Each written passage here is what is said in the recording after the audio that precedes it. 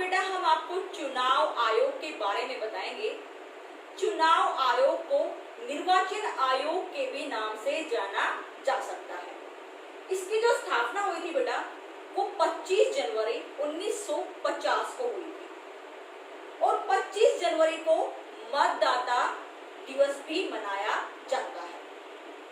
यह एक स्वतंत्र और निष्पक्ष संस्था है और यह प्रेसिडेंट और सुप्रीम कोर्ट के प्रति क्या है, जिम्मेवार है। जो प्रथम चुनाव आयुक्त थे वो सुकुमार सेन थे और एट प्रेजेंट टाइम कौन है, सुनील अरोड़ा।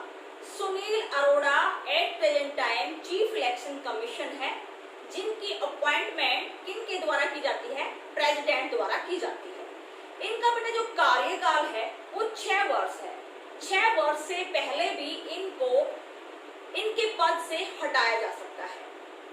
किस प्रक्रिया के तहत, महाभियोग की प्रक्रिया के तहत। अब बात आती है बेटा, जब इसको 1950 में स्थापित किया गया उस समय इसके सदस्यों की संख्या कितनी थी, केवल ये 1 सदस्य था और 1993 में अब इनको कितना कर दिया गया है, 3 सदनीय कर दिया गया है। यानी इसके मेन कितने हैं, मेन एक मुख्य चुनाव आयुक्त है और 2 अन्य है। जो सुनील अरोड़ा है वो भारत का 23वां चीफ इलेक्शन कमीशन है। अब अगली बात आती है, चुनाव कितने प्रकार के होते हैं। चुनाव 3 प्रकार के होते हैं, general election, mid term election और बाय इलेक्शन। जनरल इलेक्शन वो इलेक्शन होते हैं जो 5 साल के लिए करवाए जाते हैं। मिड टर्म इलेक्शन को मध्यावधि चुनाव बोलते हैं।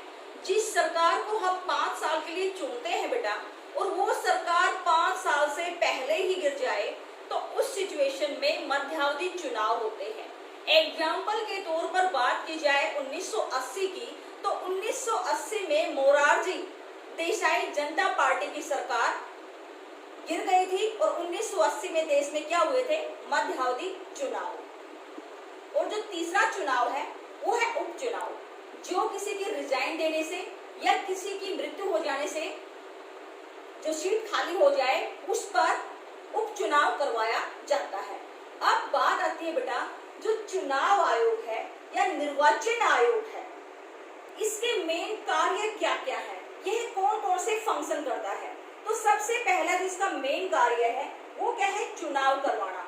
पूरे देश में संसद के चुनाव हो, राष्ट्रपति के चुनाव हो, उपराष्ट्रपति के चुनाव हो, राज्य विधानसभा के चुनाव हो, देश के हर कोने में चुनाव करवाने का पहला काम किसका है, चुनाव आयोग का है। फिर बात आती है बेटा मतदाता सूची तैयार करवाना।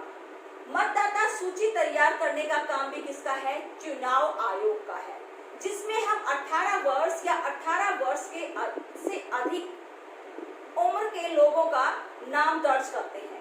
पहले मतदाता सूची में 21 वर्ष का जो होता था उसी का नाम दर्ज होता था, लेकिन 61वें संशोधन में क्या कर दिया गया, 21 वर्ष को घटाकर वोट देने की आयु हमारी कितनी कर दी गई, 18 साल। अगला जो है राजनीतिक दलों को मान्यता देना।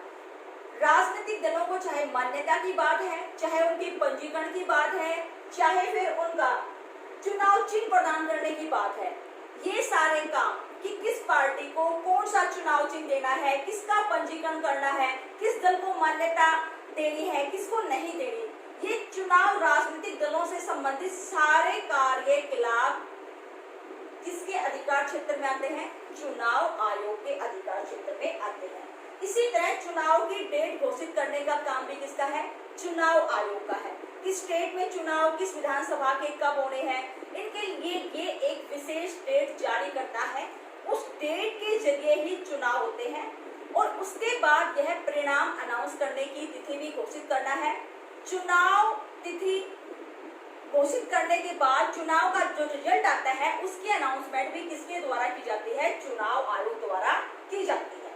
इसी तरह जो जिस क्षेत्र में गलत तरीके से चुनाव जीता गया है तो उसकी शिकायत यह स्टेट के गवर्नर या देश के प्रेसिडेंट को देकर इसको रिजेक्ट भी घोषित कर सकते हैं। बेटा चुनाव आयोग या फिर इसको निर्वाचन आयोग भी बोल सकते हैं। सारे चुनाव से संबंधित कार्य किसके हैं? चुनाव आयोग के हैं। यह सुप्रीम कोर्ट के प्रति जिम्मेवार है, प्रेसिडेंट के प्रति जिम्मेवार है। इसको जो भी सुविधाएं या वेतन दिए जाते हैं वो सुप्रीम कोर्ट के जज की तरह दिए जाते हैं और यह पूरी तरह से निष्पक्ष है और स्वतंत्र है। और इसको स्थापित करने का उद्देश्य है भारत में निष्पक्ष और साफ सुथरे तरीके से चुनाव करवाना ही इसकी क्या है, मेन जिम्मेवारी है। धन्यवाद।